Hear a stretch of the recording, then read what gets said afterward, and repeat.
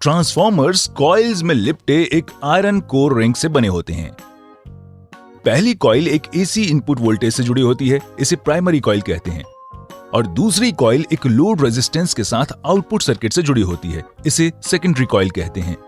दोनों कॉइल्स एक दूसरे से अच्छी तरह इंसुलेटेड होती हैं और इनके बीच कोई फिजिकल इलेक्ट्रिकल कनेक्शन नहीं होता। इनकी वजह से ही ट्रांसफार्मर को उसकी यूनिक इलेक्ट्रिसिटी ऑल्टरिंग प्रॉपर्टी मिलती है।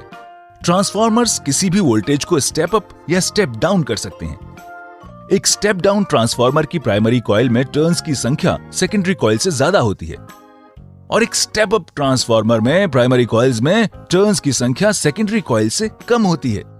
एसी वोल्टेज सोर्स से उत्पन्न लगातार चेंज होने वाले करंट ट्रांसफार्मर के कोर में एक चेंजिंग मैग्नेटिक फील्ड इंड्यूस करता है।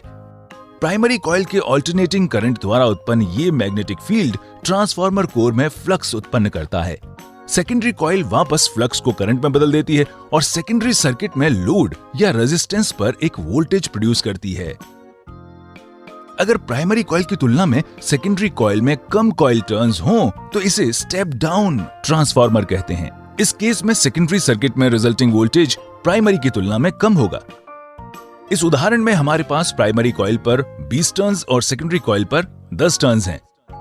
इस स्टेप डाउन ट्रांसफार्मर से हुई वोल्टेज की कमी को हम एक सिंपल रेशियो फार्मूला यूज करके जान सकते हैं।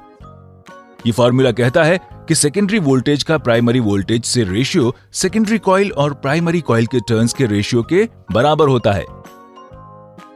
इसे रीअरेंज करके 10 टर्न्स को 20 टर्न से डिवाइड करने पर हमें 0.5 मिलता है, जिसे हमें 120 वोल्ट से मल्टीप्लाई करना है।